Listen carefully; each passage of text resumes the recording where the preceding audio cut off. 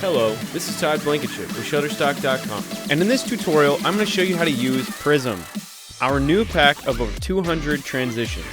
With the elements in this pack, you can quickly create many different styles of dynamic montages and really cool edits. This pack includes over 200 elements designed to be used in Final Cut, Premiere, and After Effects. But you can use them in any nonlinear video editing software that supports RGB plus A video. These elements are in .mov format, so make sure that you have the newest version of QuickTime Player installed. These elements were all created for 4K sequences, so if your project is 1920 by 1080, you'll need to scale them down. So first I'll show you how to use these transitions in Premiere. So what I have here are two different clips, just some people at a concert. And to start, I'm going to go ahead and just drag one of these clips to the new item button, which will create a sequence. Now I'm going to go ahead and drag our second clip down and just put it right there. So between the two folders in the Prism pack, you'll see there are quite a few different options to choose from for different looks of transitions that you might want to use. I'm going to try something from the Lines folder. So I'm going to go and just kind of start scanning through them. And you can just kind of find one that seems right for your scene. So this one right here looks pretty cool to me. So I'm going to go ahead and drag that down onto my sequence. Now, first things first, I'm going to put it on the third video layer, and you'll see why later on. I'm going to find the part in the shot where I want the transition to start. So I think right about there will be just perfect. So I'm going to take our second shot and line it up to the beginning of the transition.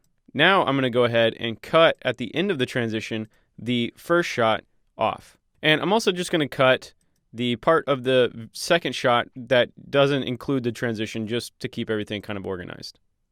So here's our second shot, here's our first shot, here's our transition element. Now again, remember, these are for 4K.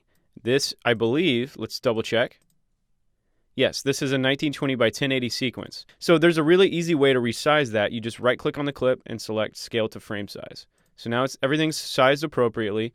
And I'm going to go over here to effects and I'm going to select a track matte key. So just search for track matte key and you're going to drag that onto your second shot clip. Now I'm going to make sure the clip is selected. I'm going to go to effect controls and here you'll see our track matte key. On this drop down, you need to select the video layer that contains your transition element. So here it would be video 3. So as you'll see now, the track matte key effect uses the alpha channel of the transition element to create the transition.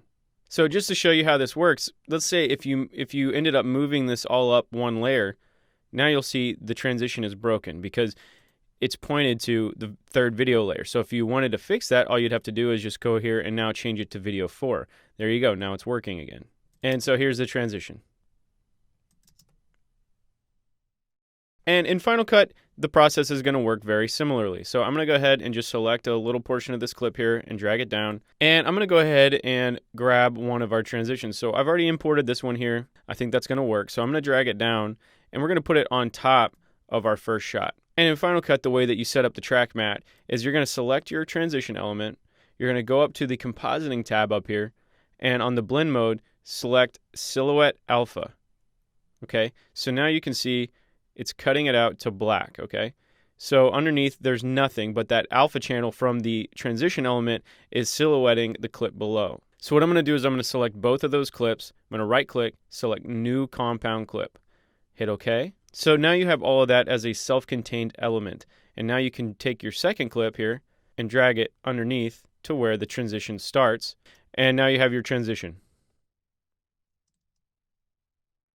Okay, so here we are in After Effects, and we're going to do the same thing. We're just going to take two of these clips and create a cool transition between the two of them.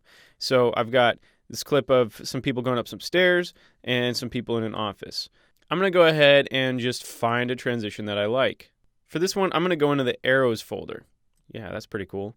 So we're going to take that, we're going to drag it down.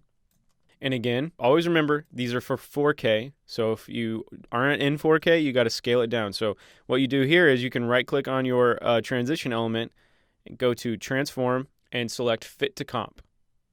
So you'll find the part in the shot where you want your transition to start. So let's say right when that second kind of sun flare pops out. So I'm going to go ahead and move our transition element right there. All you have to do is on your top clip, go to the track matte options here. On this drop down, you can select Alpha Matte or Alpha Matte Inverted, and that will do everything that you need. But one thing you'll notice is once the alpha matte disappears, it goes right back to the other shot. So a quick fix for that, all you got to do is click on your transition element, go up to Layer, Time, and then you can select Freeze on Last Frame. And all that's going to do is it's just going to freeze that alpha channel just like it is. And there you go. And obviously another thing that you could do is you could just cut your first shot before that happens, and you'll be fine. And so there you go. As you can see, these elements are really easy to use, and no matter what software you're using, in a really short period of time, you can create some really cool dynamic montages and edits. And again, if you're having issues, make sure that you have the right version of QuickTime Player. And as always, if you have any questions, feel free to contact our support staff. We're always happy to help you out. Good luck with all your projects, and enjoy.